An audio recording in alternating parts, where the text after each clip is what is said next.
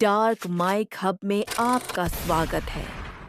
आज हम आपको ऐसी कहानी सुनाने जा रहे हैं जिसे सुनकर आपकी रूह कांप जाएगी। दोस्तों, ये कहानी है महुआ घाट के साधु की। हर गांव की अपनी कोई ना कोई कहानी होती है। कुछ लोकगीतों में छिपी होती है और कुछ श्मशान के सन्नाटे में। लेकिन महुआ घाट की कहानी वहां के एक साधु में कैद थी। साल था 1984। बिहार के एक छोटे से गांव धनगांव के पास बहती थी महुआ नदी। गांव के लोग कहते थे, इस नदी के किनारे रात में कोई नहीं जाता क्योंकि वहां एक साधु दिखाई देता है। लंबी चटाई, शरीर पर राख, आंखों में आग जैसी चमक और हाथ में लोहे का त्रिशूल। कहते हैं वह हर अमावस्या की रात नदी में उतर जाता और सुबह तक लहरों के बीच से मंत्रों की गूंज आती। सालों बाद पटना का एक पत्रकार अरविंद चौबे इस अंधविश्वास की सच्चाई जानने गांव पहुंचा। गांव वालों ने मना किया, बाबा से उलझना मत, नहीं तो परछाई भी साथ ले जाएंगे। पर अरविंद नहीं माना। कैमरा, टॉर्च और रिकॉर्डर लेकर वह रात में महुआ घाट जा पहुंचा। नदी किनारे राख की गंध थी। एक पुरानी झोपड़ी के सामने एक दीपक जल रहा था। दीपक की लौ में कुछ परछाइयां कांप रही थीं और दीपक के पीछे बैठा था वही साधु। अरविंद ने धीरे से पूछा, बाबा, आप यहाँ अकेले रहते हैं? साधु ने आंखें खोलीं और बोला, अकेला वही नहीं होता बेटा जो अकेला दिखे। कुछ साथ ऐसे भी होते हैं जिन्हें केवल मैं देख पाता हूँ। अरविंद ने रिकॉर्डर चालू किया, लेकिन रिकॉर्डिंग में केवल हवा और घंटियों की आवाज आई।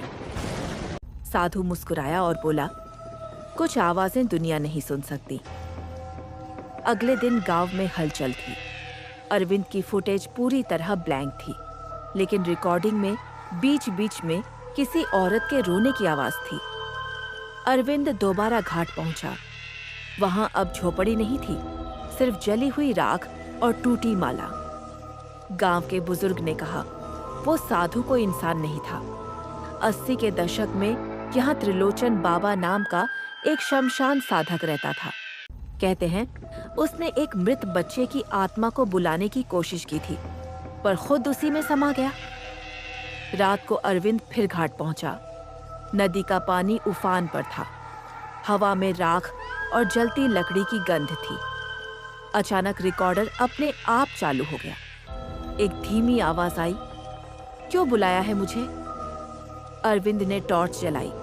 सामने वही साधु खड़ा था। चेहरा आधा राख से लिपटा, आंखें लाल, हाथ में त्रिशूल। साधु बोला, तुम मुझे क्यों कैद कर रहे हो कैमरे में? अरविंद पीछे हटने लगा। साधु ने त्रिशूल जमीन में गाड़ा और पूरा घाट कांप उठा। नदी की लहरों में कई चेहरे उभरने लगे, जैसे डूबी हुई आत्माएं कुछ कह रही हों। अरविंद ने चीखने की कोशिश की, पर आवाज गले में ही अटक गई। सुबह जब गांव वाले पहुंचे तो नदी किनारे सिर्फ अरविंद का कैमरा मिला। उसमें कोई वीडियो नहीं था, सिर्फ एक तस्वीर जिसमें अरविंद खड़ा था और उसके पीछे वही साधु मुस्कुरा रहा था। अरविंद फिर कभी नहीं मिला। गांव वाले कहते हैं, आज भी हर अमावस्या की रात महुआ घाट से कैमरे की क्लिक की आवाज आती है और राख के नीचे कभी-कभी एक त्रिशूल की नोक दिख जाती है।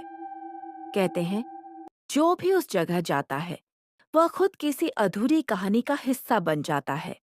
तो अगर कभी तुम भी महुआ घाट जाओ और हवा में कैमरे की क्लिक सुनो, तो पीछे मत देखना, क्योंकि शायद बाबा त्रिलोचन अब तुम्हारी कहानी लिख रहे हों। दोस्तों, अगर कहानी पसंद आई हो तो वीडियो को लाइक और चैनल को सब्सक्राइब जरूर करें।